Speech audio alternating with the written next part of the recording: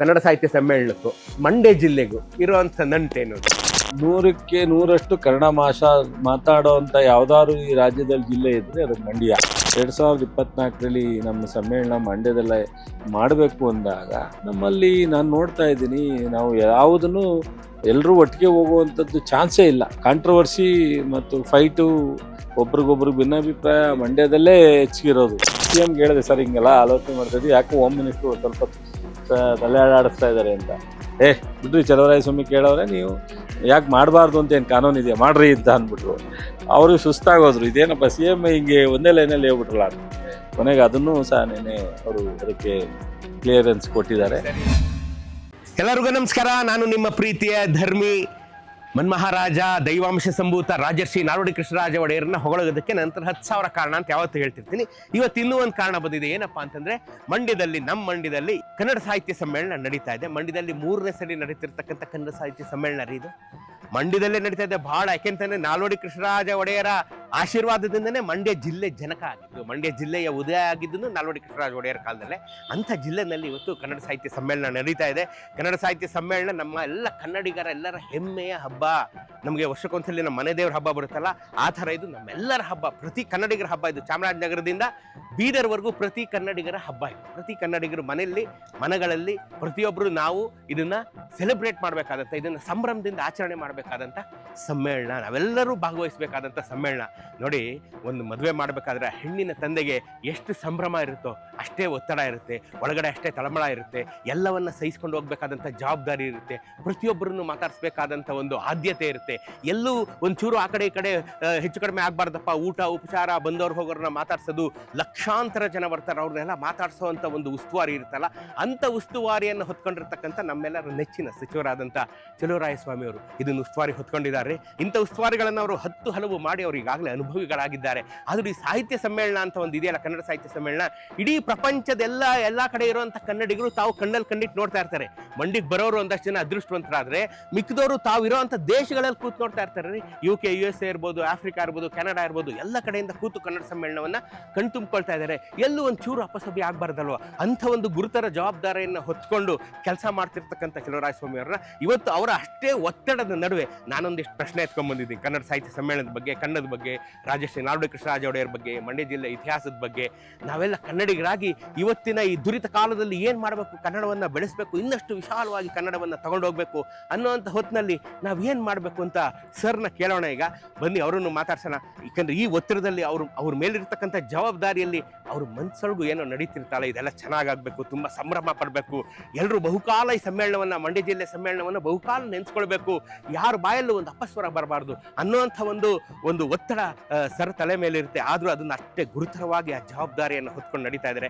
ಅವ್ರ ಮನಸ್ಸಿನಲ್ಲಿ ಕನ್ನಡದ ಬಗ್ಗೆ ವಿಶೇಷವಾದಂಥ ಪ್ರೀತಿ ಇರುತ್ತೆ, ವಿಶೇಷವಾದಂಥ ಕಾಳಜಿ ಇರುತ್ತೆ. ಅವರು ತುಂಬ ಪೂರ್ವಜನ್ಮದ ಪುಣ್ಯ ನಂದು ಅಂತ ಅವ್ರು ಭಾವಿಸಿರ್ತಾರೆ. ಈ ಪೂರ್ವಜನ್ಮದ ಪುಣ್ಯ ಕೃತದಿಂದ ಇವತ್ತು ನಾನು ಈ ಕನ್ನಡ ಸಮ್ಮೇಳನದ ಜವಾಬ್ದಾರಿಯನ್ನು ನನ್ನ ಹೆಗಲ ಮೇಲೆ ಹೊತ್ತಿದ್ದೀನಿ ಅಂತ ಅವ್ರ ಮನಸ್ಸಲ್ಲಿರುತ್ತಲ್ವೇನ್ರಿ. ಅದನ್ನು ಮಾತಾಡ್ಸೋಣ. ಏನು ಹೇಳ್ತಾರೆ ಅವ್ರ ಬಾಯಿಂದ ಏನು ಬರುತ್ತೆ ಕನ್ನಡ ಸಾಹಿತ್ಯ ಸಮ್ಮೇಳನದ ಬಗ್ಗೆ, ಕನ್ನಡದ ಬಗ್ಗೆ, ರಾಜರ್ಷಿ ನಾಲ್ವಡಿ ಕೃಷ್ಣರಾಜ ಒಡೆಯರ ಬಗ್ಗೆ, ಮಂಡ್ಯ ಜಿಲ್ಲೆಯ ಬಗ್ಗೆ, ಜಿಲ್ಲೆಯ ಜನರ ಬಗ್ಗೆ, ಅವರ ಅಂತಃಕರಣದ ಬಗ್ಗೆ, ಅವರ ಪ್ರೀತಿಯ ಬಗ್ಗೆ, ಜನರ ಪ್ರೀತಿಯ ಬಗ್ಗೆ ಎಲ್ಲವನ್ನ ಮುಕ್ತವಾಗಿ ಇವತ್ತು ನಮ್ಮ ಜೊತೆ ಮಿನಿಸ್ಟರ್ ಮಾತಾಡ್ತಾರೆ. ಅವ್ರನ್ನ ಮಾತಾಡ್ಸೋಣ.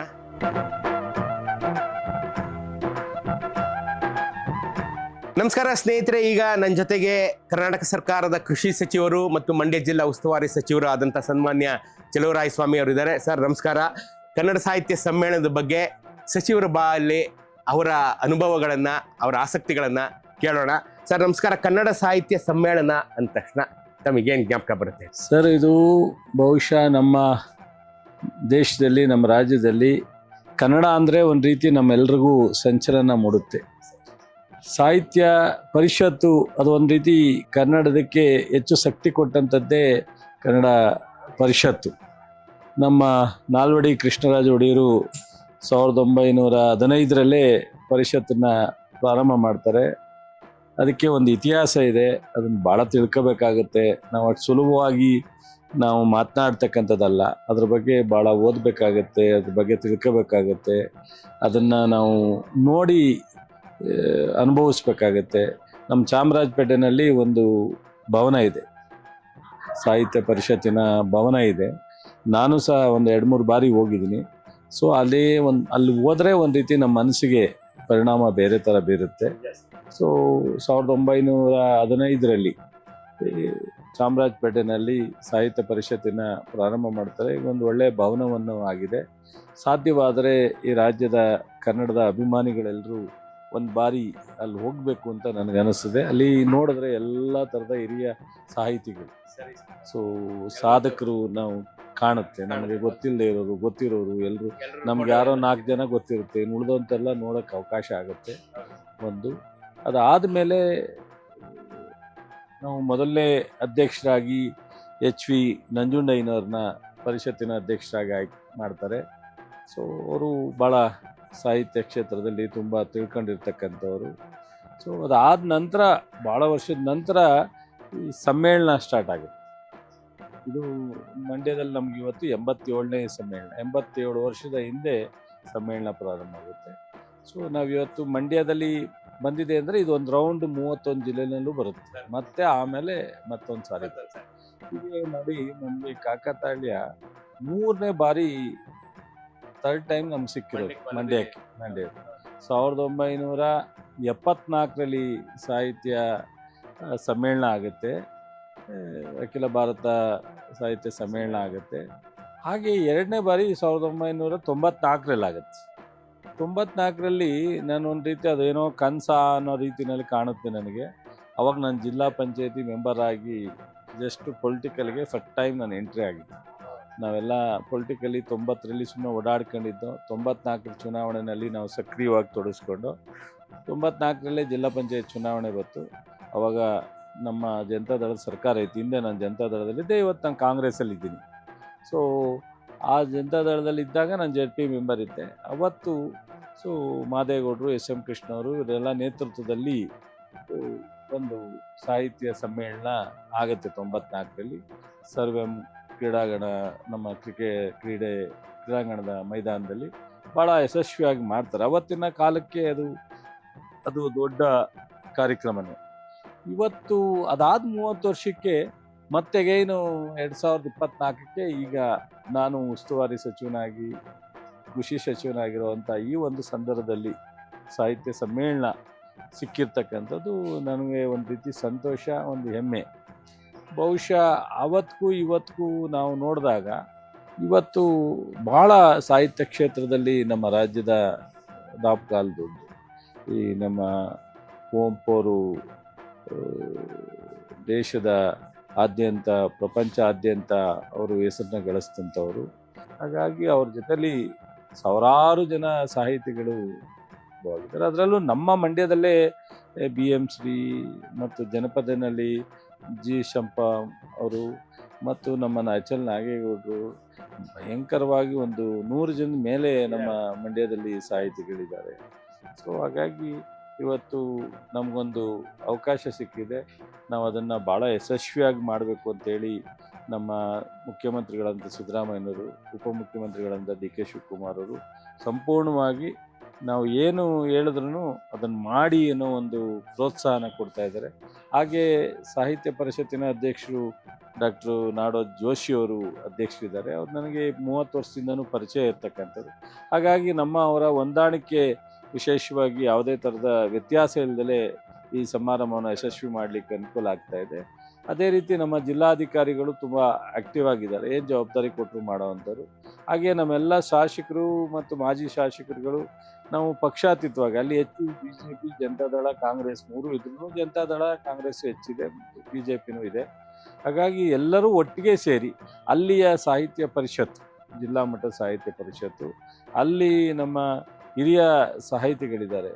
ಸೊ ನಮ್ಮ ಕೃಷ್ಣೇಗೌಡರಿದ್ದಾರೆ, ಜಯಪ್ರಕಾಶ್ ಗೌಡರಿದ್ದಾರೆ, ಮುದ್ದೇಗೌಡರಿದ್ದಾರೆ, ಈ ಥರ ಭಾಳಷ್ಟು ಜನ ಇದ್ದಾರೆ. ಸೊ ಇವರೆಲ್ಲ ಬಹುಶಃ ಒಟ್ಟು ಈ ಸಮ್ಮೇಳನವನ್ನು ನಾವು ಇಲ್ಲಿಗಂಟ ನಡೆದಂಥ ಸಮ್ಮೇಳನಕ್ಕೆ ಒಂದು ವಿಭಿನ್ನವಾಗಿರಬೇಕು, ಬಟ್ ಸಕ್ಸಸ್ಫುಲ್ ಆಗಬೇಕು. ಇಡೀ ನಾಡಿನ ಕನ್ನಡಿಗರಷ್ಟೇ ಅಲ್ಲ, ಹೊರಗಡೆ ಇರ್ತಕ್ಕಂಥ ಕನ್ನಡಿಗರು, ದೇಶದಿಂದ ಜಗತ್ತಿನಾದ್ಯಂತ ಇರ್ತಕ್ಕಂಥ ಕನ್ನಡ ಸಂಘಟನೆಗಳು ಇಲ್ಲಿ ಭಾಗವಹಿಸಬೇಕು ಅನ್ನೋದು ನಮ್ಮೆಲ್ಲರ ಒಂದು ಬಯಕೆ. ಅಮೇರಿಕಾ, ಲಂಡನ್ನು, ದುಬೈ ಈ ಥರದ ಅನೇಕ ದೇಶಗಳಲ್ಲಿ ಇದ್ದಾರೆ. ಅವರೆಲ್ಲರೂ ಭಾಗವಹಿಸಬೇಕು ಅನ್ನೋದು ನಮ್ಮೆಲ್ಲರ ಬಯಕೆ ಇದೆ. ಅವ್ರಿಗೆಲ್ರಿಗೂ ನಾವು ಇನ್ವಿಟೇಷನ್ ಕಳಿಸಿದ್ದೀವಿ. ಜೋಶಿಯವರು ಆ ನಿಟ್ಟಿನಲ್ಲಿ ಸಾಕಷ್ಟು ಕಡೆ ಹೋಗಿ ಮಾತನಾಡಿದ್ದಾರೆ. ನನಗೂ ಪರಿಚಯ ಇರೋ ಕಡೆ ಎಲ್ರಿಗೂ ಹೇಳಿದ್ದೀವಿ. ಬಟ್ ಮಾಧ್ಯಮದಲ್ಲಿ ನಾವು ಕರಿತಕ್ಕಂಥದ್ದು ಒಂದು ಕಡೆ ಆದರೆ ವಾಲಂಟ್ರಿಯಾಗಿ ಇದಕ್ಕೆ ಬರಬೇಕು ಅನ್ನೋದು ನಾವು ಇದು. ಯಾಕೆಂದರೆ ಇದು ಯಾವುದೋ ಪಕ್ಷದ್ದೋ ಅಥವಾ ವೈಯಕ್ತಿಕವಾದ ಸಮಾರಂಭ ಅಲ್ಲ, ಸರ್ಕಾರದಲ್ಲ, ಇದು ಕನ್ನಡದ್ದು ಪ್ರತಿಯೊಬ್ಬರದ್ದು ಸಮಾರಂಭ. ಹಾಗಾಗಿ ವೈಯಕ್ತಿಕವಾಗಿ ಇದನ್ನು ತಗೋಬಾರ್ದು ಅನ್ನೋದು ನಮ್ಮ ಇಷ್ಟ. ಹಾಗಾಗಿ ಇದೊಂದು ಬಹಳ ಸಕ್ಸಸ್ ಮಾಡಬೇಕು ಅನ್ನೋದು ನಮ್ಮ. ಸರಿಯಾಗಿ ಹೇಳಿದ್ರಿ ಸ್ನೇಹಿತರೆ. ನೋಡಿ, ಬಹಳ ಸಚಿವರು ಒಂದು ಉತ್ತಮವಾದಂತ ಮಾತು ಹೇಳಿದ್ರು. ಇದು ಯಾರದೇ ಖಾಸಗಿ ಕಾರ್ಯಕ್ರಮ ಅಲ್ಲ, ಪ್ರತಿಯೊಬ್ಬ ಕನ್ನಡಿಗರ ಕನ್ನಡದ ತನ್ನ ಮನೆ ಕಾರ್ಯಕ್ರಮ ಅಂತ ತಿಳ್ಕೊಂಡು ಇದನ್ನ ಬರ್ಬೇಕು. ಯಾರೋ ಕರೀಲಿ ಕಾಯ್ತಾ ಕೂತಿದ್ರು ಮಾತು. ಬಹಳ ಚೆನ್ನಾಗಿ ಹೇಳಿದ್ರಿ ಸರ್. ಈಗ ನಿಮ್ಗೆ ಇನ್ನೊಂದು ಮುಂದಿನ ಪ್ರಶ್ನೆ ಕೊಡ ಸರ್. ಸಾಹಿತ್ಯ ಸಮ್ಮೇಳನಕ್ಕೂ ಕನ್ನಡ ಸಾಹಿತ್ಯ ಸಮ್ಮೇಳನಕ್ಕೂ ಮಂಡ್ಯ ಜಿಲ್ಲೆಗೂ ಇರುವಂತ ನಂಟೇನು ಸರ್? ಮಂಡ್ಯ ಅಂದರೆ ಒಂದು ರೀತಿ 100ಕ್ಕೆ 100ರಷ್ಟು ಕನ್ನಡ ಮಾತಾಡೋವಂಥ ಯಾವ್ದಾದ್ರು ಈ ರಾಜ್ಯದಲ್ಲಿ ಜಿಲ್ಲೆ ಇದ್ದರೆ ಅದು ಮಂಡ್ಯ. ಸೊ ನಮ್ಮ ಅರಸು ಅವರು ಮೈಸೂರು ರಾಜ್ಯನ ಮರುನಾಮಕರಣ ಮಾಡಿ ಕರ್ನಾಟಕ ಅಂತ ಮಾಡಿದಂಥದ್ದು 1973ರಲ್ಲಿ. ಅದಾದ ನೆಕ್ಸ್ಟ್ ಇಯರೇ ಮುಂದಿನ ವರ್ಷನೇ ಸಾಹಿತ್ಯ ಸಮ್ಮೇಳನ ಮಂಡ್ಯದಲ್ಲಾಗುತ್ತೆ. ನೋಡಿ, ಅದು ಒಂಥರ ಭಾವನೆಗಳ ಹೆಂಗೆ ಜೋಡಣೆ ಆಗುತ್ತೆ ಅನ್ನೋದಕ್ಕೆ. ಕರ್ನಾಟಕ ಮರುನಾಮಕರಣ ಆದ ಕೂಡಲೇ ನಮ್ಮ 1974ರಲ್ಲಿ ಮಂಡ್ಯದಲ್ಲಿ ಸಾಹಿತ್ಯ ಸಮ್ಮೇಳನ ಆಗುತ್ತೆ. ಅದು ಒಂದು ನಮಗೆ ಎಲ್ರಿಗೂ ಅಟ್ರಾಕ್ಟ್ ಆಗ್ತಕ್ಕಂಥ ಒಂದು ಆ ಸಂದರ್ಭದಲ್ಲಿ ಜಯದೇವಿ ತಾಯಿ ಲಿಗಾಡೆ ಅವರು ಸಮ್ಮೇಳನ ಅಧ್ಯಕ್ಷರಾಗಿ ಆಯ್ಕೆ ಆಗುತ್ತೆ. ಅದು ಭಾಳ ಯಶಸ್ವಿಯಾಗಿ ಅವತ್ತಿನ ಕಾಲಕ್ಕೆ ಒಂದು ಇಡೀ ಕರ್ನಾಟಕ ನೋಡೋ ಅಂಥ ಒಂದು ರೀತಿಯಲ್ಲಿ ಸಮ್ಮೇಳನ ಆಗುತ್ತೆ. ಅದಾದಮೇಲೆ ಬಹುಶಃ 94ರಲ್ಲಿ ಎರಡೇ ಸಮ್ಮೇಳನ 30 ವರ್ಷದ ನಂತರ. ನೋಡಿ, 4 ಬರ್ತಾ ಇದೆ, 74, 94, 2024. ಅದು ಹೆಂಗೆ ಯಾರು ಬೇಕು ಅಂತ ಕೂಡಿಸೋದಲ್ಲ ಇದು. ಅದರೊಟ್ಟಿಗೆ ಅದೇ ಒಂದು ರಿಲೇಷನ್ ಆಗ್ತಾ ಇದೆ. ಅವತ್ತು ಇದ್ದಂಥ ಜಿಲ್ಲೆಗಳು ಕಡಿಮೆ ಇದ್ರೂ 30 ವರ್ಷನೇ ಆಗಿದೆ. ಈಗ ಜಿಲ್ಲೆಗಳು ಜಾಸ್ತಿ ಆಗಿದೆ, 31 ಜಿಲ್ಲೆ ಆಗಿದೆ. ಅವತ್ತಿದ್ದಂಥ ಜಿಲ್ಲೆ ಕಡಿಮೆ. ಚದುರಂಗ ಅವರು 94ರಲ್ಲಿ ಸಮ್ಮೇಳನ ಅಧ್ಯಕ್ಷರಾಗಿ ಆಯ್ಕೆ ಮಾಡ್ತಾರೆ. ಅದು ಒಂದು ರೀತಿ ಜಿಲ್ಲೆಗೆ ಮತ್ತು ಈ ಸಮ್ಮೇಳನಕ್ಕೆ, ಸಾಹಿತ್ಯ ಪರಿಷತ್ತಿಗೆ, ಕನ್ನಡಕ್ಕೆ ಹೆಚ್ಚು ಒಂದು ಶಕ್ತಿಯನ್ನ, ಮಹತ್ವವನ್ನ ಸಿಕ್ಕಿದಂಥದ್ದು. ಇವತ್ತಿಗೆ ಬಹುಶಃ ನಮ್ಮ ಗೋರು ಚನ್ನಬಸಪ್ಪನವರು, ಗೋರುಚ ಅವರು ಇವತ್ತು ನಾವು ನಮ್ಮ ಸಾಹಿತ್ಯ ಪರಿಷತ್ನವರು ಹೇಗೆ ಆಯ್ಕೆ ಮಾಡ್ತಾರೆ ಅಂತ, ಯಾಕೆಂದರೆ ಅವ್ರದ್ದೇ ಎಲ್ಲ ಪ್ರಕ್ರಿಯೆ, ಸರ್ಕಾರದಲ್ಲ, ಅವರ ಒಂದು ಕಮಿಟಿನಲ್ಲಿ ಅದನ್ನು ಸೆಲೆಕ್ಟ್ ಮಾಡಬೇಕಾಗುತ್ತೆ. ಸೊ ಭಾಳ ಒಳ್ಳೆಯ ರೀತಿಯಲ್ಲಿ ಅವರೆಲ್ಲರೂ ಇನಾನಿಮಸ್ ಆಗಿ ಗೋರು ಚನ್ನಬಸಪ್ಪನವ್ರನ್ನ ಆಯ್ಕೆ ಮಾಡಿದ್ರು. ಅವಾಗ ತುಂಬ ರಿವ್ಯೂ ಬಂತು ನಮ್ಮ ಮಾಧ್ಯಮ ಸ್ನೇಹಿತರಲ್ಲಿ ಅಥವಾ ಪಬ್ಲಿಕ್ನಲ್ಲಿ. ಒಳ್ಳೆಯವ್ರನ್ನ ಆಯ್ಕೆ ಜನಪದದಲ್ಲಿ ಅವರು ಭಾಳ ಹೆಸರು ಮಾಡಿರ್ತಕ್ಕಂಥವ್ರು. ಆ ಜನಪದ ಅಂದ ತಕ್ಷಣವೇ ನಮಗೇನಾಗುತ್ತೆ, ಮತ್ತೊಂದು ಹೆಸರು ನಮ್ಮ HL ನಾಗೇಗೌಡರು ಬಂದ್ಬಿಡುತ್ತೆ ನಮಗೆ. ಆ ಜನಪದ ಲೋಕನೇ ರಾಮನಗರದ ಹತ್ರ ಮಾಡಿದ್ದಾರೆ. ಮತ್ತು ನಮ್ಮ ಜಿಲ್ಲೆಯವರು, ನಮ್ಮ ತಾಲೂಕಿನವರು, ಅವರೊಬ್ಬರು IAS ಅಧಿಕಾರಿಯಾಗಿ ಕೆಲಸ ಮಾಡಿದಂಥವ್ರು. ಜನಪದಕ್ಕೆ ಈಗಿನ ದಿನಗಳಲ್ಲಿ ಹೆಚ್ಚು ಶಕ್ತಿಯನ್ನು ಕೊಟ್ಟಂಥವ್ರವರು.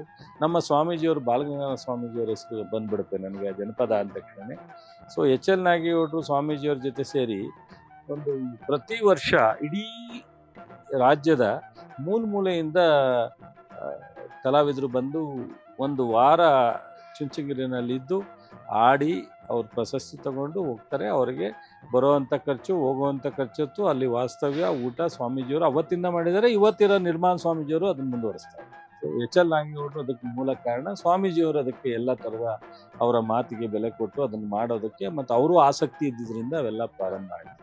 ಹೀಗಾಗಿ ಈ ಜನಪದ ನಮ್ಮ ಚನ್ನಬಸಪ್ಪನವರು ವಿಶೇಷವಾದಂಥದ್ದು ಸಾಹಿತ್ಯ ನೆಲೆಯಲ್ಲಿ ಬಂದದ್ದು, ಮತ್ತು ಹೆಚ್ಚು ಕನ್ನಡ ಮಾತಾಡ್ತಕ್ಕಂಥದ್ದು ನಮ್ಮ ಮಂಡ್ಯ ಜಿಲ್ಲೆ.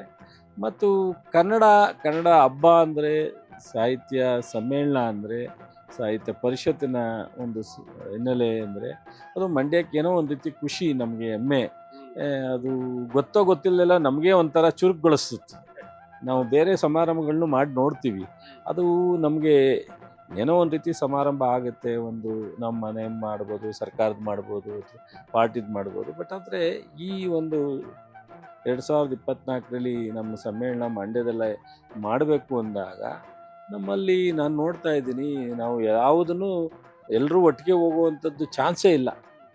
ಕಾಂಟ್ರವರ್ಸಿ ಮತ್ತು ಫೈಟು, ಒಬ್ರಿಗೊಬ್ರು ಭಿನ್ನಾಭಿಪ್ರಾಯ ಮಂಡ್ಯದಲ್ಲೇ ಹೆಚ್ಚಿಗಿರೋದು. ಆದರೆ ಈ ವಿಚಾರದಲ್ಲಿ ನನಗೆ ಆಗೋರು ಆಗದೇ ಇದ್ದವರು ಎಲ್ಲರೂ ಒಟ್ಟಿಗೆ ಇದೊಂದು ಮಾಡಬೇಕಪ್ಪ, ನೀವೇನು ಹೆಂಗೆ ತೀರ್ಮಾನ ತಗೊಳ್ರಿ, ನಾವೆಲ್ಲ ಇರ್ತೀವಿ, ಭಾಳ ಸಂತೋಷವಾಗಿ ಹೇಳ್ತಾರೆ. ನಾನು ನಿಜವಾಗ್ಲೂ ಅವ್ರಿಗೆಲ್ಲ ನಾನು ಧನ್ಯವಾದಗಳನ್ನ ಹೇಳಬೇಕು. ಯಾಕೆ ಅಂದರೆ ಎಷ್ಟೇ ನಾವು ಮಾಡಿದ್ರೂ ಎಲ್ಲರನ್ನೂ ಒಟ್ಟಿಗೆ ತೊಗೊಂಡೋಗೋದು, ಸಣ್ಣ ಪುಟ್ಟ ವ್ಯತ್ಯಾಸಗಳಾಗ್ತಕ್ಕಂಥದ್ದು, ಎಲ್ಲರನ್ನೂ ಸಮನ್ವಯತೆ ಕಾಪಾಡೋದು ಭಾಳ ಕಷ್ಟ ಆಗುತ್ತೆ. ಆದರೆ ಯಾರೂ ಅದನ್ನು ಐಡೆಂಟಿಫೈ ಮಾಡ್ತಾ ಇಲ್ಲ. ಸೊ ನೀವು ಕರೆದ್ರಿ, ಫೋನ್ ಮಾಡಿದ್ರಿ, ಅಥವಾ ಇದನ್ನು ನಮಗೆ ಹೇಳಲಿಲ್ಲ, ಅಥವಾ ಆ ಥರದ್ದೆಲ್ಲ ಭಾಳ ಚೆನ್ನಾಗಿ ಎಲ್ಲರೂ ಕೋಆರ್ಡಿನೇಟ್ ಮಾಡ್ತಾರೆ. ಇನ್ನೇನು ಭಾಳ ಹತ್ತಿರದಲ್ಲಿ ನಾವು, ಸೊ 20ನೇ ತಾರೀಕು ಡಿಸೆಂಬರು, ಮುಂದಿನ ಶುಕ್ರವಾರ ನಾವು ಉದ್ಘಾಟನೆ ಆಗುತ್ತೆ. 21, 22 ಮುಗಿದೋಗುತ್ತೆ. ಹಾಗಾಗಿ ನಮಗೊಂದು ರೀತಿ ಹೆಮ್ಮೆ, ಭಾಳ ಖುಷಿ. ಇದನ್ನು ಸೊ ಕಳೆದ ಎಲ್ಲ ವರ್ಷಕ್ಕಿಂತ 3ನೇ ಬಾರಿ ಮತ್ತು ಬೇರೆ ಜಿಲ್ಲೆಗಳಿಗಿಂತ ಯಶಸ್ವಿಯಾಗಿ ಮಾಡಬೇಕು ಅನ್ನೋ ಆಸೆ ಅಂತೂ ಇಟ್ಕೊಂಡಿದ್ದೀವಿ. ಸರ್, ಈ ಸರಿ ಉಸ್ತುವಾರಿ ಸಚಿವರಾಗಿ ತಾವು ಸಂಪೂರ್ಣ ಜವಾಬ್ದಾರಿಯನ್ನು ತಮ್ಮ ಹೆಗಲ ಮೇಲೆ ಹಾಕೊಂಡ್ಬಿಟ್ಟಿದ್ರಿ. ಇಡೀ ಪ್ರಪಂಚ ಇವತ್ತು ಈ ಡಿಜಿಟಲ್ ಯುಗದಲ್ಲಿ ಇಡೀ ಪ್ರಪಂಚ ಇವತ್ತು ಮಂಡ್ಯದ ಕಡೆ ಕಣ್ಣು 3 ದಿವಸ ನೆಟ್ಟಿದೆ, ಹೆಂಗೆ ನಡೆಯುತ್ತೆ ಅಂತ. ಕೆನಡಾ, ಅಮೆರಿಕಾದಲ್ಲಿ ತಾವೇ ಹೇಳಿದಾಗ ಎಲ್ಲರನ್ನು ಕರೆದಿದ್ದೀರಿ. ಸೊ ಇಷ್ಟು ಜವಾಬ್ದಾರಿ ಹೊತ್ಕೊಂಡಿರೋ ನೀವು ಇದ್ರ ತಯಾರಿ ಹೇಗೆ ಮಾಡ್ಕೋತಾ ಇದ್ದೀರಿ ಅಂತ ಹೇಳ್ಬೋದು. ನನಗೆ ಪ್ರಾರಂಭದಲ್ಲಿ ಒಂದು ಸ್ವಲ್ಪ ಆತಂಕನೂ ಇತ್ತು ಸರ್. ಯಾಕೆಂದರೆ ನಾವು ಬೇರೆ ಸಮಾರಂಭಕ್ಕೆ ಹೋಲಿಕೆ ಮಾಡಲಿಕ್ಕೆ ಆಗಲ್ಲ. ಇದು ಭಾಳ ಸೆನ್ಸಿಟಿವ್, ಕನ್ನಡ ಭಾಷೆ, ಸಾಹಿತ್ಯ, ಮತ್ತು ಇದರಲ್ಲಿ ಸಾಹಿತಿಗಳ ಜೊತೆ ನಾವು ಹೊಂದಾಣಿಕೆ ಮಾಡ್ಕೊಂಡು ಹೋಗ್ತಕ್ಕಂಥದ್ದು ಭಾಳ ಕಷ್ಟ. ಸೆನ್ಸಿಟಿವ್, ಸ್ವಲ್ಪ ತಪ್ಪಾದರೂ ಕಷ್ಟ, ಕಡಿಮೆ ಆದರೂ ಕಷ್ಟ, ಜಾಸ್ತಿ ಆದರೂ ಕಷ್ಟ. ಇವೆಲ್ಲ ಬಹುಶಃ ನನಗೆ ಈ ಖುಷಿ ಇದೆ.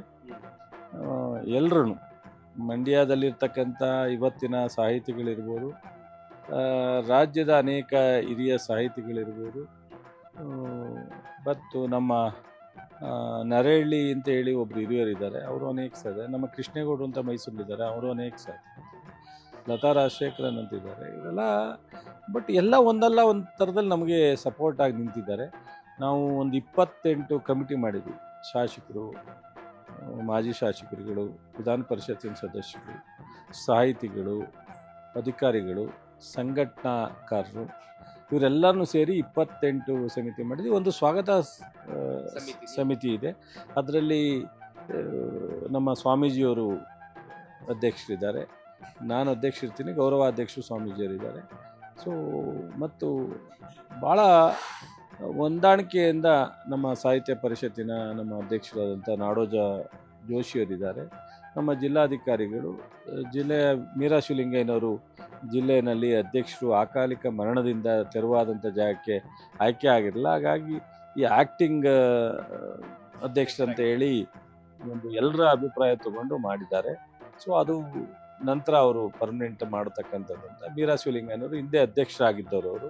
ಹಾಗಾಗಿ ಎಲ್ಲರೂ, ಒಂದು ಶಾಸಕರುಗಳು, ಒಂದು ಅಧಿಕಾರಿ ವರ್ಗ, ಮತ್ತೊಂದು ಅನೇಕ ಸಂಘಟನೆಗಳಿದೆ, ಕನ್ನಡ ಪರ ಸಂಘಟನೆಗಳು, ಮತ್ತು ಸಾಹಿತ್ಯ ಪರಿಷತ್ತು ಕೇಂದ್ರ ಇರ್ಬೋದು, ಜಿಲ್ಲೆಯ ಸಾಹಿತ್ಯ ಪರಿಷತ್ತು ಇರ್ಬೋದು, ಹೀಗೆ ಒಂದು ಸ್ವಲ್ಪ ಸಾಹಿತಿಗಳಿರ್ಬೋದು, ಎಲ್ಲರ ಜೊತೆ ಮಾತಾಡಿ ನಮ್ಮ ವಿಶೇಷವಾಗಿ ನಮ್ಮೆಲ್ಲ ಶಾಸಕರು, ನಮ್ಮ ಹಿರಿಯರಾದಂಥ ನರೇಂದ್ರ ಸ್ವಾಮಿಯವರಿದ್ದಾರೆ, ನಮ್ಮ ಬಾಬಣ್ಣವರಿದ್ದಾರೆ, ಉದಯಿ, ರವಿ, ದರ್ಶನ್ ಪುಟ್ಟಣಯ್ಯ, ಮಂಜುನಾಥ್, ಮಧು ಮಾದೇಗೌಡರು, MLC, ದಿನೇಶ್ ಕುಳಿಗೌಡರು, ಮತ್ತು ಹಾಗೇ ವಿವೇಕ್ ಅಂತೇಳಿ ಮಾಜಿ ಸಚಿವರಾದಂಥ ಪುಟ್ಟರಾಜ್ ಅವ್ರ ಇನ್ವಾಲ್ವ್ಮೆಂಟ್ ಇದೆ.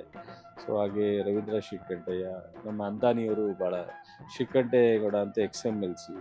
ಸೊ ಈ ಸುರೇಶ್ ಗೌಡ, ರವೀಂದ್ರ ಶ್ರೀಕಂಠಯ್ಯ ಅವರೆಲ್ಲ ಇದ್ದಾರೆ. ಬಟ್ ಅವರು ಆ್ಯಕ್ಟಿವ್ ಆಗಿ ಬಂದಿಲ್ಲ ಅನ್ನೋದು ಬಿಟ್ಟರೆ ಅವರು ಎಲ್ಲರೂ ಕೋಆಪ್ರೇಷನ್ ಇದೆ. ತಮ್ಮಣ್ಣ ಅವರಿದ್ದಾರೆ.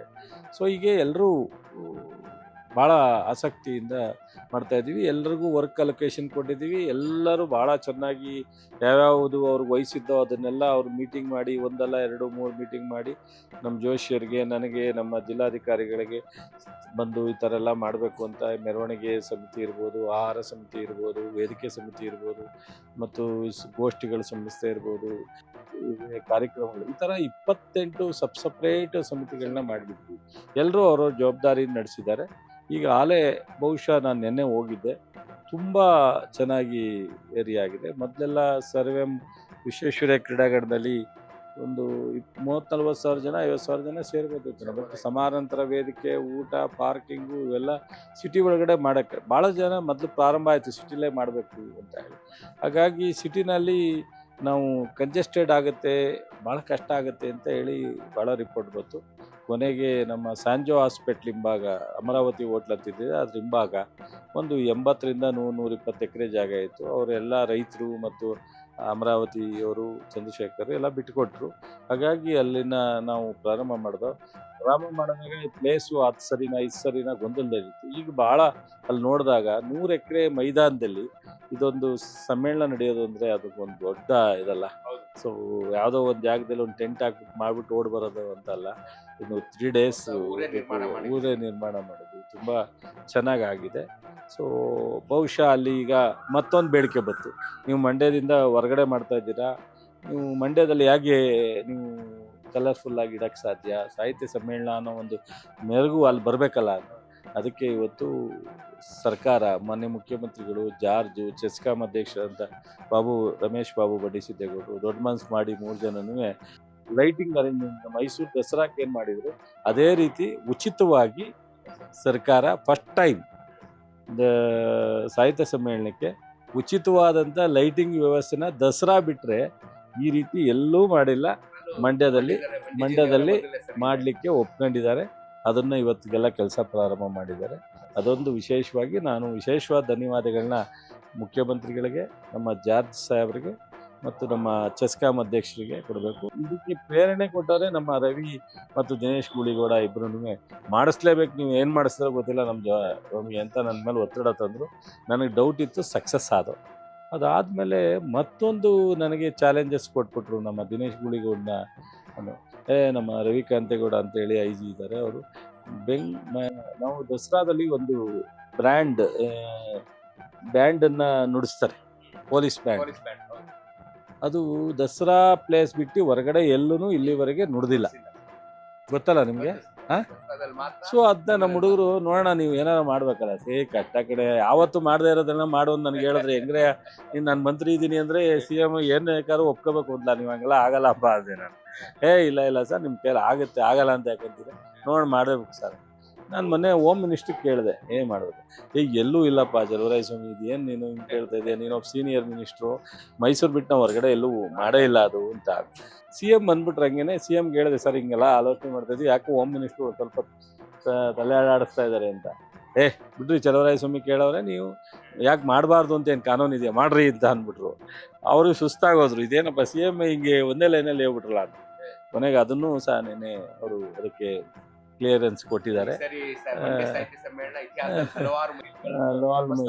ಹೊಸದಾಗಿ ಇದಾಡ್ತಾ ಇದ್ವಿ. ಹೀಗಾಗಿ ಬಹುಶಃ ಮತ್ತು ನಾನು ನಮ್ಮ KSRTC ನಮ್ಮ ರಾಮಲಿಂಗ ರೆಡ್ಡಿಯವರು, ನಮ್ಮ ಅಲ್ಲಿ MD ಅವರು ಇದ್ದಾರೆ, ನಮ್ಮ ಅನ್ಬು ಕುಮಾರ್ ಅಂತ, ಅವ್ರು ನಮ್ಮಲ್ಲೂ ಸೆಕ್ರೆಟ್ರಿ. ಅವ್ರಿಗೆ ನಾನು ಹೇಳಿದ್ದೀನಿ, ಬೆಂಗಳೂರಿಂದ ವಿಶೇಷ ಬಸ್ಸು ಮಂಡ್ಯಕ್ಕೆ ಹಾಕಬೇಕು 3 ದಿವಸ, ಮೈಸೂರಿಂದ ವಿಶೇಷ ಬಸ್ಸು ಹಾಕಬೇಕು ಅಂತ ಕೇಳಿದ್ದೀನಿ. ಮತ್ತು ಎಲ್ಲ ತಾಲೂಕು ಕೇಂದ್ರದಿಂದನೂ ಬೆಳಗ್ಗೆಯಿಂದ ಸಾಯಂಕಾಲದವರೆಗೂ ವಿಶೇಷ ಬಸ್ಗಳಿರ್ತವೆ. ಸೊ ಈಗ ಲೇಡೀಸ್ಗಂತೂ ಬಸ್ ಚಾರ್ಜ್ ಇಲ್ಲ, ನಮ್ಮ ಸರ್ಕಾರ ಪೂರ್ತಿ ಫ್ರೀ, ಬಂದು ಇದು ಮಾಡಿ ಊಟ ಮಾಡಿ ಹೋಗ್ಬೋದು. ಅವ್ರು 1 ರೂಪಾಯಿ ಖರ್ಚಿಲ್ಲ. ಈಗ ಮಳವಳ್ಳಿಯಿಂದ ಹತ್ತಿದ್ರೆ ಬಂದು ಇಳಿತಾರೆ. ಸೊ ಇಳಿದ ತಕ್ಷಣವೇ ಸೀದಾ ಸಮ್ಮೇಳನ ನೋಡ್ಕೊಂಡು ಊಟ ಮಾಡ್ಕೊಂಡು ಸಾಯಂಕಾಲ ವಾಪಸ್ ಹೋಗ್ಬೋದು. ಎಲ್ಲ 7 ತಾಲೂಕಿನಿಂದ ವಿಶೇಷ ಬಸ್ ಹಾಕ್ಸಿದ್ವಿ, ಬೆಂಗಳೂರಿಂದ ವಿಶೇಷ ಬಸ್ ಹಾಕ್ಸಿದ್ವಿ, ಮೈಸೂರಿಂದ ವಿಶೇಷ ಬಸ್ ಹಾಕ್ಸಿದ್ವಿ. ಅದ್ರ ಜೊತೆಗೆ ಮಂಡ್ಯ ಸಿಟಿಯಿಂದ 3 ಕಿಲೋಮೀಟರ್ ಆಗುತ್ತೆ ಅನ್ನೋ ಒಂದು ಇದಿತ್ತಲ್ಲ, ಅಲ್ಲೂ ಸಹ ಡಬಲ್ ಡೋರು ಸಿಟಿ ಸರ್ವಿಸ್ ಹಾಕ್ಸ್ಬಿಟ್ಟು ಅಲ್ಲಿಂದಲೇ. ಸೊ ಯಾರಾದ್ರು ಬಸ್ ಸ್ಟ್ಯಾಂಡ್ ಹೇಳಿದ್ರೆ ತಕ್ಷಣ ಸಮ್ಮೇಳನ ಪ್ಲೇಸ್ಗೆ ಒಂದು KSRTC bus double door city service ಇರುತ್ತೆ, ಹತ್ತೋದಿಲ್ಲ. ಏನು ಆಟೋ ಹತ್ತಬೇಕಾಗಿಲ್ಲ, ಸೈಕಲ್ ಹೊಡಿಬೇಕಾಗಿಲ್ಲ, ಬೈಕ್ ಹೊಡಿಬೇಕಾಗಿಲ್ಲ, ಸೀದಾ ಅಲ್ಲಿಂದ ಅಲ್ಲಿಗೆ ಬಂದು ಹೋಗ್ಬೋದು. ಪಾರ್ಕಿಂಗ್ ವ್ಯವಸ್ಥೆ ಮಾಡಿದ್ದೀವಿ. ಸೊ ಈ ರೀತಿ ಸಾಯಂಕಾಲ ವಿಶೇಷವಾಗಿ ಈ ಮೊದಲನೇ ದಿವಸ, 2ನೇ ದಿವಸ, 3ನೇ ದಿವಸ ಸಾಂಸ್ಕೃತಿಕ ಕಾರ್ಯಕ್ರಮ ಇಟ್ಕೊಂಡಿದ್ವಿ. ಅದು ಸಂಗೀತ ರಸಮಂಜರಿ ಕಾರ್ಯಕ್ರಮ ಇಟ್ಕೊಂಡಿದ್ವಿ. ಅದಕ್ಕೆ ಕನ್ನಡ ಮತ್ತು ಸಾಹಿತ್ಯ ಹಿನ್ನೆಲೆ ಇರ್ತಕ್ಕಂಥ ಹಾಡುಗಳನ್ನೇ ಹೆಚ್ಚು ಆಡಬೇಕು ಅಂತ. ಸುಮ್ಮನೆ ನಾವು ಫಂಕ್ಷನ್ ಮಾಡಿರ್ತೀವಿ, ಸಾಯಂಕಾಲ 1-2 ಗಂಟೆ ರಿಲ್ಯಾಕ್ಸ್ ಮಾಡ್ಕೊಳ್ಳಿ ಅಂಥೇಳಿ. ಅದಕ್ಕೆ ಈ ಸಾಹಿತ್ಯ ಪರಿಷತ್ತಿನ ದುಡ್ಡು ಉಪಯೋಗಿಸ್ತಾ ಇಲ್ಲ ನಾವು.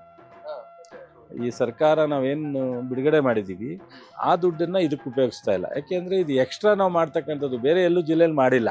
ಸೊ ನೀವೇನು ಸಾಹಿತ್ಯ ಪರಿಷತ್ತಿನ ದುಡ್ಡು ಇದಕ್ಕೆಲ್ಲ ಉಪಯೋಗಿಸ್ತೀರಾ ಅಂತ ಅಂದ್ಬಿಟ್ಟರು ಅನ್ನೋ ಭಯದಿಂದ ನಾನು ನಮ್ಮ ಜಿಲ್ಲಾಧಿಕಾರಿಗಳೆಲ್ಲ ಮಾತಾಡಿ ಬೇರೆಯವರಿಂದ ಡೊನೇಷನ್ ಸ್ವಲ್ಪ ಬೇರೆ ಬೇರೆ ಸಂಸ್ಥೆಗಳಿಂದ ಒಂದೊಂದು ದಿವಸ ಒಬ್ಬೊಬ್ಬರು ವಹಿಸ್ಕೊಳ್ಳೋ ಥರ ಮಾಡಿದ್ದೀವಿ. ಸೊ ಹೀಗಾಗಿ ಒಂದು ಕಲರ್ಫುಲ್ಲಾಗಿ ಮತ್ತು ಎಫೆಕ್ಟಿವ್ ಆಗಿ ಭಾಷೆ ಹಿನ್ನೆಲೆಯಲ್ಲಿ ಕನ್ನಡದ ಅಭಿಮಾನದಿಂದ ಏನು ಮಾಡಲಿಕ್ಕೆ ಸಾಧ್ಯನೋ, ನನಗಿನ್ನೂ ಯಾವ್ದಾರ ಇದ್ದರೆ ಸಜೆಷನ್ ಕೊಡ್ರಪ್ಪ, ಇನ್ನೂ 4 ದಿವಸದಲ್ಲಿ ಇನ್ನೇನಾರು ಆ್ಯಡ್ ಮಾಡೋದಿದ್ರು ಮಾಡೋಣ ಅಂತ ಹೇಳಿದ್ದೀನಿ. ಸೊ ಈ ಥರದ್ದು ಒಂದು ದೊಡ್ಡ ಮಟ್ಟದ ಒಂದು ಈವೆಂಟು ಆಗ್ತಾಯಿದೆ. ಮೊದಲನೇ ದಿವಸ ನಮ್ಮ ಸಿದ್ದರಾಮಯ್ಯನವರು ಉದ್ಘಾಟನೆ ಮಾಡ್ತಾರೆ. ಅವತ್ತು ಚುಂಚನಗಿರಿ ಸ್ವಾಮೀಜಿಯವರು ಇರ್ತಾರೆ, ಉಪಮುಖ್ಯಮಂತ್ರಿಗಳು ಇರ್ತಾರೆ, ನಮ್ಮ ಕೇಂದ್ರ ಮೈಸೂರಿನ ಸ್ವಾಮೀಜಿಯವರು ಬರ್ತಾರೆ, ಮತ್ತು ನಮ್ಮ ಶಿವಗಂಗಾ ಸ್ವಾಮೀಜಿಯವರು ಬರ್ತಾರೆ, ಸಿದ್ಧಲಿಂಗೇಶ್ವರ ಸ್ವಾಮೀಜಿಯವರು, ಗದಗ ಒಬ್ಬರು ಸಿದ್ಧಗಂಗೇಶ್ವರ ಸ್ವಾಮೀಜಿಯವರು ಬರ್ತಾರೆ. ಸೊ ಮತ್ತು ಈ ರೀತಿ ಹಲವಾರು ಜುಡಿಷಿಯಲ್ ಇವರು ಕನ್ನಡದವರೆಲ್ಲ ಬರ್ತಾರೆ. ನಮ್ಮ ಮಂಡ್ಯದಲ್ಲಿ ಯಾರ್ಯಾರು ಸೀನಿಯರು 87 ವರ್ಷದ ಸಮ್ಮೇಳನ ಮಾಡ್ತಾರೆ, 87 ಜನಕ್ಕೆ ಸನ್ಮಾನ ಮಾಡಬೇಕು ಅಂತ ಹೇಳ್ತಾರೆ. ಸೊ 50 ವರ್ಷ ಸುವರ್ಣ ಕರ್ನಾಟಕ ಮಾಡ್ತಾ ಇದೀವಿ, ಅದಕ್ಕೆ 50 ಜನ ಸನ್ಮಾನ ಮಾಡಬೇಕು ಅಂತ ಮಾಡಿದ್ದೀವಿ. ಈ ರೀತಿ ಭಾಳಷ್ಟು ಹೇಳಲಿಕ್ಕೆ ಹೋದರೆ ನಾನು ಸಾಕಷ್ಟು ಹೇಳ್ಬೋದು. ತುಂಬ ನಾವು ಆಸೆ ಇಟ್ಕೊಂಡಿದ್ದೀವಿ, ತುಂಬ ಪ್ಲ್ಯಾನ್ ಇಟ್ಕೊಂಡಿದ್ದೀವಿ, ಬಟ್ ಇನ್ನೂ ಆ್ಯಡ್ ಆಗ್ತಾ ಹೋಗ್ತಾ ಇದೆ. ಸೊ ಹಾಗಾಗಿ ನಾವು ಇವತ್ತಿಗೆ ನಾನೇನು ಇಷ್ಟನ್ನೇ ನಿಗದಿ ಮಾಡ್ಕೊಂಡಿದ್ದೀನಿ ಅಂತೇನಿಲ್ಲ. ನಾಳೆ ನಾಡಿದ್ದು ಯಾರು ಬುದ್ಧಿವಂತರು, ಸಾಹಿತಿಗಳು ಅಥವಾ ಅಭಿಮಾನಿಗಳು, ಕನ್ನಡದ ಅಭಿಮಾನಿಗಳು ಏನಾದ್ರು ಸಜೆಸ್ಟ್ ಮಾಡಿದ್ರೆ ಅದಕ್ಕೂ ನಾವು ತಯಾರಿದ್ದೀವಿ. ಸೊ ಏನು ಹೇಳಿದ್ರು ಸಾರ್ವಜನಿಕರು ಯಾವ ರೀತಿ ನಮಗೆ ಈ ಸಮ್ಮೇಳನ ಯಶಸ್ಸಾಗಲಿಕ್ಕೆ ಅಥವಾ ಈ ಸಮ್ಮೇಳನದಲ್ಲಿ ಒಂದು ಹೊಸ ಅಧ್ಯಯನವನ್ನು ಮಾಡಲಿಕ್ಕೆ ಏನು ಹೇಳಿದ್ರು ನಾವು ಅದಕ್ಕೆ ತಯಾರಿದ್ದೀವಿ. ಒಟ್ಟು ನಾವು ಫ್ರೀ ಮೈಂಡ್. ಇಲ್ಲಿ ಒಂದು ಹೇಳ್ಬಿಟ್ಟಿದ್ದೀನಿ, ನಾನು ನಿನ್ನೆ ಒಂದು ಪತ್ರಕರ್ತರ ಜೊತೆ ಮಾತಾಡಿದೆ, ಇಲ್ಲಿ ನಾನು ಮಂತ್ರಿಯಾಗಿ ಕೆಲಸ ಮಾಡಲ್ಲ, ನೀವು ಪತ್ರಕರ್ತರ ಕೆಲಸ ಮಾಡಿಬಿಡಿ, ಇಲ್ಲಿ ಅಧಿಕಾರಿಗಳು, ಮಂತ್ರಿಗಳು, ಶಾಸಕರು ಪ್ರಶ್ನೆ ಇಲ್ಲ, ಎಲ್ಲ ಕನ್ನಡದ ಕಾರ್ಯಕರ್ತರು. ಸಾಹಿತ್ಯ ಪರಿಷತ್ತಿನ ಒಂದು ಯಾವ ಅಧಿಕಾರನೂ ಎಲ್ಲನೂ ಅಲ್ಲಿ ಇಟ್ಬಿಟ್ಟು ಬಂದ್ಬಿಡೋಣ ಹೊರಗಡೆ, ಎಲ್ಲೋ ಒಂದು ಕನ್ನಡ ಸೇವೆ ಮಾಡಬೇಕು. ನಾನು ಸಂಪೂರ್ಣವಾಗಿ ನಾಳೆಯಿಂದ 22ನೇ ತಾರೀಕು ಸಾಯಂಕಾಲದವರೆಗೂ ಮಂಡ್ಯ ಬಿಟ್ಟು ಅಲ್ಲಾಡಲ್ಲ. ಸೊ ನಾನು ನಿಮ್ಮ ಜೊತೆ ಇರ್ತೀನಿ, ಏನಿದ್ರು ನನಗೆ ಹೇಳಿ ಕೂತ್ಕೊಂಡು ಮಾತಾಡೋಣ. ಪೊಲೀಸ್ನವ್ರಿಗೂ ಹೇಳಿದ್ದೀನಿ, ಸ್ವಲ್ಪ ಬಂದೋಬಸ್ತು ಎಲ್ಲ ಹೆಚ್ಚು ಕಡಿಮೆ ಆಗ್ದಂಗೆ ಜನಕ್ಕೆ ಮಾಡ್ಕೊಳ್ಳಿ ಅಂತ. ಹಾಗಾಗಿ ನಮ್ಮೆಲ್ಲ ಅಧಿಕಾರಿಗಳಿಗೂ ಅಧಿಕಾರ ಇವೆಲ್ಲ ಬಿಟ್ಟು ನಾವು ಸಂಪೂರ್ಣವಾಗಿ ಯಶಸ್ವಿ ಮಾಡಬೇಕು ಅನ್ನೋದಿದ್ದೀವಿ. ಆ ಥರ ಪ್ಲ್ಯಾನ್ ಮಾಡ್ಕೊಂಡಿದ್ದೀವಿ. ನಮ್ಮ ಜೋಶಿಯವರು, ಮೀರಾ ಶಿವಲಿಂಗಯ್ಯನವರು, ಅವ್ರ ಎಂಟೈರ್ ಟೀಮು, ರಾಜ್ಯದ ಕೇಂದ್ರ ಪರಿಷತ್ತು, ಜಿಲ್ಲಾ ಪರಿಷತ್ತು, ರಾಜ್ಯದ ಎಲ್ಲ ಜಿಲ್ಲೆಯ ಪರಿಷತ್ನವರು, ತಾಲೂಕು ಪರಿಷತ್ನವರು, ತುಂಬ ಜನ ಎಲ್ಲ ಈಗ ಒಂದು ಇದನ್ನು ಮಾಡಿದ್ದು, ಒಂದು ಹೊಸ್ದಾಗಿ ಒಂದು ರಥ ನಮ್ಮ ಸಿದ್ದಾಪುರ, ಮಂಗಳೂರು ಭಾಗ, ಕಾರವಾರ ಭಾಗದಲ್ಲಿ ಅಲ್ಲೊಂದು ಓಪನ್ ಮಾಡಿ ನಿಮಿಷಾಂಬದಲ್ಲಿ ಪೂಜೆ ಮಾಡಿ ಅಲ್ಲಿ ಕಳಿಸಿ ಅಲ್ಲಿಂದ ಎಲ್ಲ ಜಿಲ್ಲೆಗೂ ಪ್ರವಾಸ ಮಾಡಬೇಕು. ಅದು ಭಾಳ ಚೆನ್ನಾಗಿ ಎಲ್ಲ ಜಿಲ್ಲೆಯಲ್ಲಿ ಶಾಸಕರು, ಮಂತ್ರಿಗಳು ಯಾರ್ಯಾರಿದ್ದರು, ಜಿಲ್ಲಾಧಿಕಾರಿಗಳು ಸ್ವಾಗತ ಮಾಡಿ ಅದನ್ನು ಕಳಿಸ್ಕೊಟ್ಟಿದ್ದಾರೆ. ಎಲ್ಲ ಜಿಲ್ಲೆನಲ್ಲೂ ನಾವು ಕರೀಲಿಕ್ಕೆ ಬಂದಿದ್ವಿ, ರಥ ಹೋಗಿ ಕರೆದು ಬಂದಿದ್ದೀವಿ. ಮತ್ತು ನಮ್ಮ ಜಿಲ್ಲೆಯಲ್ಲಿ 7 ತಾಲೂಕುಗಳು ಪಂಚಾಯತಿ ಹೆಡ್ ಕ್ವಾರ್ಟರ್ಗೂ ಒಂದು ರಥ ಮಾಡಿ ಕಳಿಸಿತ್ತು. ಸೊ ಇದೆಲ್ಲ ಭಾಳ ಮಾಡಿದ್ವಿ ಬಿಡಿ, ಏನು ನಾನು ಒಂದಿಷ್ಟು ಹೇಳೋಕ್ಕಾಗಲ್ಲ, ಭಾಳ ಮಾಡಿದ್ವಿ.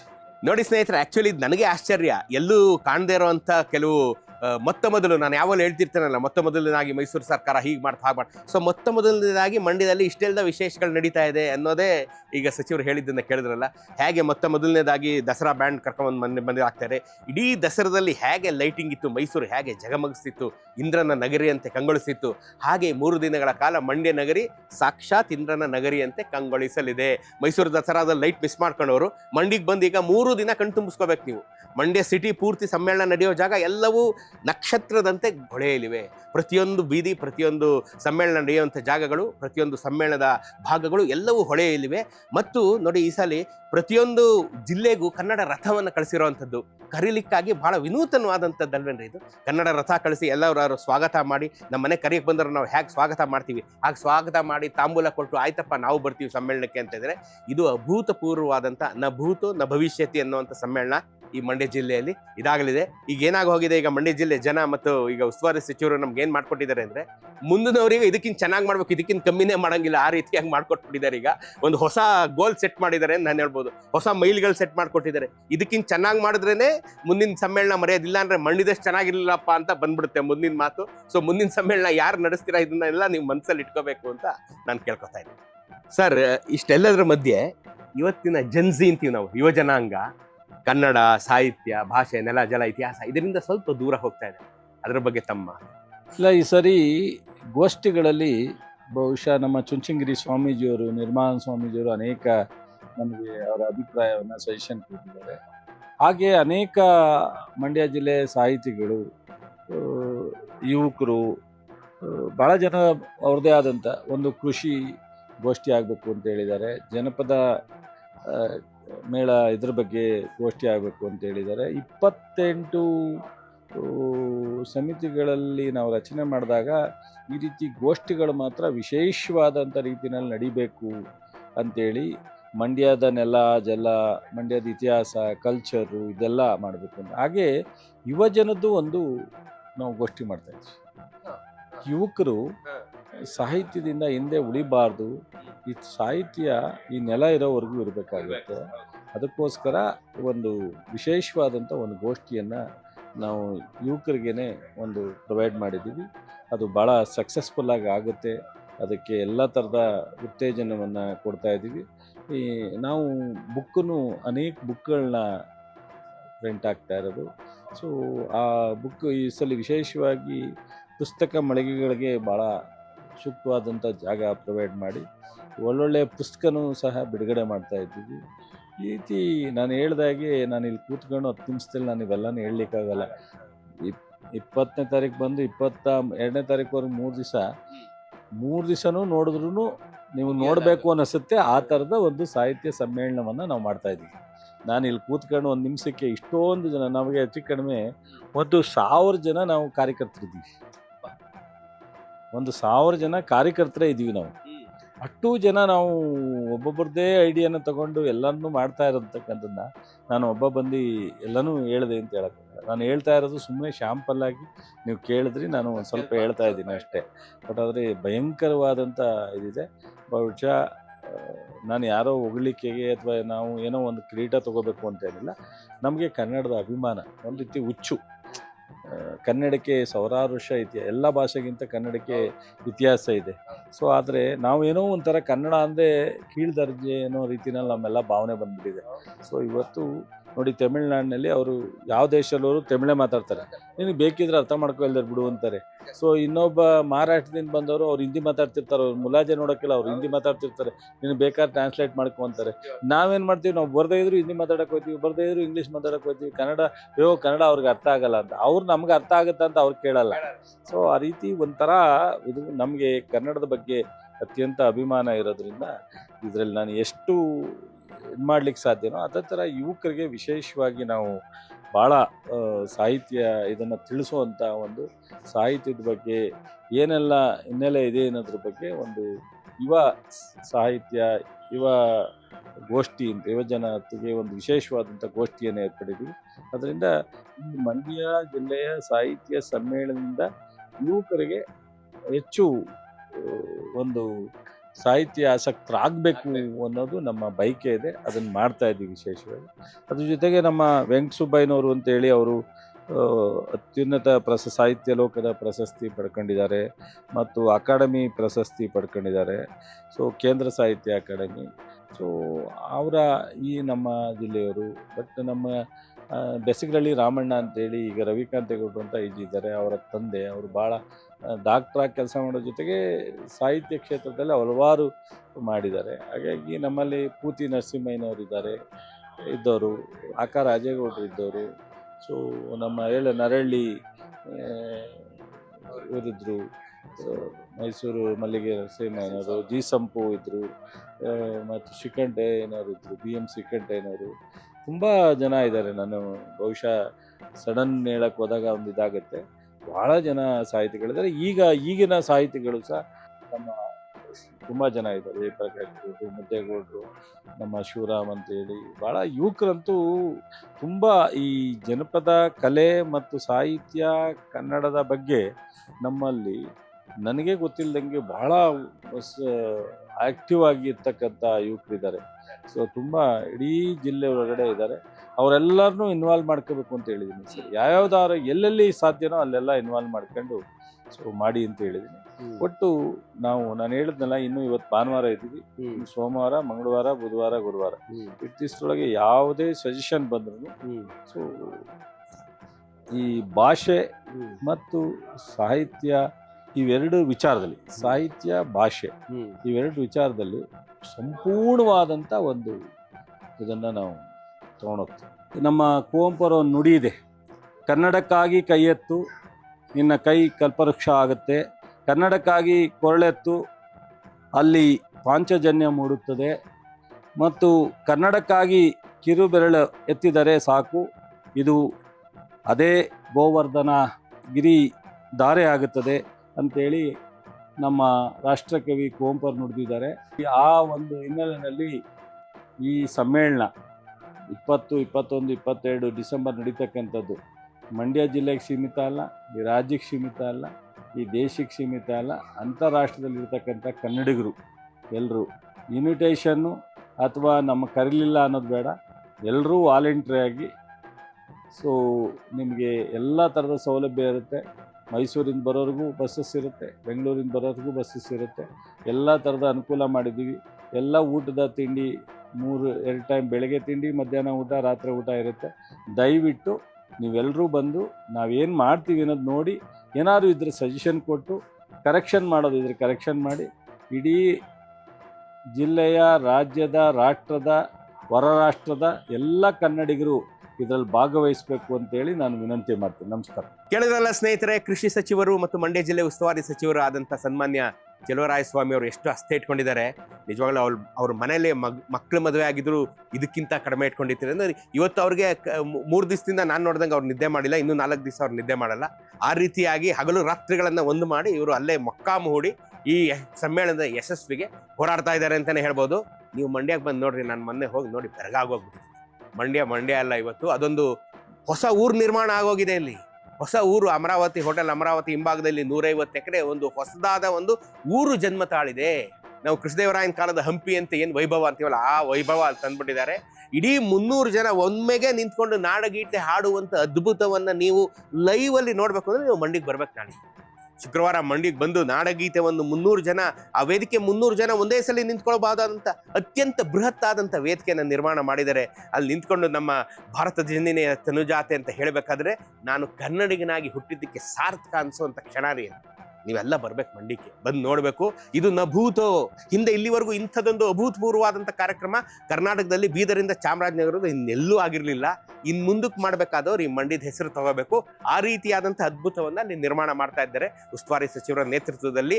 ಎಲ್ಲರೂ ಅವ್ರು ಹೇಳಿದಾಗೆ, ಅವರು ಅವತ್ತು ಮಿನಿಸ್ಟರ್ ಅಲ್ಲ, ಅವರು ಅಧಿಕಾರಿಗಳಲ್ಲ, ಎಲ್ಲರೂ ಕನ್ನಡದ ಪರಿಚಾರಕರು, ಕನ್ನಡಮ್ಮನ ತಾಯಿಯ ಮಕ್ಕಳು ಇವರೆಲ್ಲ. ಅವರು ಆ ರೀತಿಯಾಗಿ ತಿಳ್ಕೊಂಡು ಕನ್ನಡಮ್ಮನ ತೇರನ್ನ ಎಳೆಯೋದಕ್ಕೆ ಎಲ್ಲರೂ ಸಿದ್ಧರಾಗಿದ್ದಾರೆ. ಅದ್ಭುತವಾದಂಥ ಕನ್ನಡದ ಜಾತ್ರೆ ಅಲ್ಲಿ ನಡೆಯಲಿದೆ. ಇಂದ್ರನ ನಗರಿಯಲ್ಲಿ 3 ದಿನಗಳ ಕಾಲ ಅಲ್ಲಿ ಮೇಳೈಸಲಿದೆ. ಸಮಸ್ತ ದೇವಾನುದೇವತೆಗಳು ಬಂದು ಅಲ್ಲಿ ಪ್ರತಿಷ್ಠಾಪಿತರಾಗಿದ್ದಾರೆ. ಇದು ಸುಳ್ಳು ಅನ್ಕೋಬೇಡಿ. ನೀವು ಬಂದರೆ ಮಂಡ್ಯದಲ್ಲಿ ವೈಬ್ಸ್ ಬೇರೆ ರೀ, ವೈಬ್ಸ್ ಅಂತೀವಲ್ಲ, ಪಾಸಿಟಿವ್ ವೈಬ್ಸು ಇಡೀ ಮಂಡ್ಯ ಜಿಲ್ಲೆಯಾದ್ಯಂತ ಪಸರಿಸಿ, ಕರ್ನಾಟಕದಾದ್ಯಂತ ಪಸರಿಸಿ ದೇಶ ವಿದೇಶಗಳನ್ನು ಮುಟ್ಟಿದೆ. ಹೊರದೇಶಗಳಲ್ಲಿರೋರು ಯಾಕಪ್ಪ ನಾನು ಇದನ್ನು ಮಿಸ್ ಮಾಡಿಕೊಂಡೆ ಅಂತ ಪರಿತಪಿಸಬೇಕು. ಆ ರೀತಿಯಾದಂಥ ಒಂದು ಅಭೂತಪೂರ್ವವಾದಂಥ ಸಂಭ್ರಮ ಅಲ್ಲಿ 3 ದಿನ ಕಾಲ ನಿರ್ಮಾಣ ಆಗಲಿದೆ. ನೀವು ಮೈಸೂರಲ್ಲೋ, ಬೆಂಗಳೂರಲ್ಲೋ ಅಥವಾ ಕರ್ನಾಟಕದಲ್ಲೋ ಇದ್ದು ಬರದೇ ಇದ್ರೆ ನಿಮಗೆ ನಿಮ್ಮ ಜೀವನದಲ್ಲಿ ಆಗುವಂಥ ಬಹುದೊಡ್ಡ ನಷ್ಟ. ಬರೆದಿಟ್ಕೊಳ್ಳಿ. ಮಂಡ್ಯಕ್ಕೆ ಬನ್ನಿ, ಶುಕ್ರವಾರ, ಶನಿವಾರ, ಭಾನುವಾರ ನೋಡಿ. ಇದಕ್ಕೆಲ್ಲರೂ ಅಡ್ವಾನ್ಸ್ ಆಗಿ ತಾಯಿ ಚಾಮುಂಡೇಶ್ವರಿ ಇವ್ರನ್ನೆಲ್ಲ ಹರಿಸ್ಬೇಕು, ಉಸ್ತುವಾರಿ ಸಚಿವರನ್ನ ಹರಿಸ್ಬೇಕು. ಯಾಕೆಂದರೆ ಅವ್ರಿಗೆ ಇನ್ನಷ್ಟು ಶಕ್ತಿ ಕೊಡಬೇಕು. ಇಂಥ 100 ಕಾರ್ಯಕ್ರಮಗಳು ಕರ್ನಾಟಕದಾದ್ಯಂತ ಆಗಬೇಕು. ನಾವೆಲ್ಲ ಕನ್ನಡಮ್ಮನ ಮಕ್ಕಳು ಹೆಮ್ಮೆ ಪಟ್ಕೋಬೇಕು. ಕನ್ನಡ ಸಾಹಿತ್ಯ ಸಮ್ಮೇಳನ ಯಶಸ್ವಿ ಆಗಲಿ ಅಂತ ನಾವು ಪ್ರತಿಯೊಬ್ಬರು ಪ್ರಾರ್ಥನೆ ಮಾಡೋಣ. ನಾವೆಲ್ಲ ಅದರಲ್ಲಿ ಭಾಗಿಯಾಗೋಣ. ಮತ್ತಷ್ಟು ವಿಶೇಷ ವಿಡಿಯೋಗಳನ್ನು ನೋಡಲು ಮತ್ತು ಹೊಸ ವಿಡಿಯೋಗಳ ಬಗ್ಗೆ ತಿಳಿಯಲು ಈ ದಿನ .com ಯೂಟ್ಯೂಬ್ ಚಾನೆಲ್ ಸಬ್ಸ್ಕ್ರೈಬ್ ಮಾಡಿ ಮತ್ತು ಬೆಲ್ ಐಕಾನ್ ಕ್ಲಿಕ್ ಮಾಡಿ.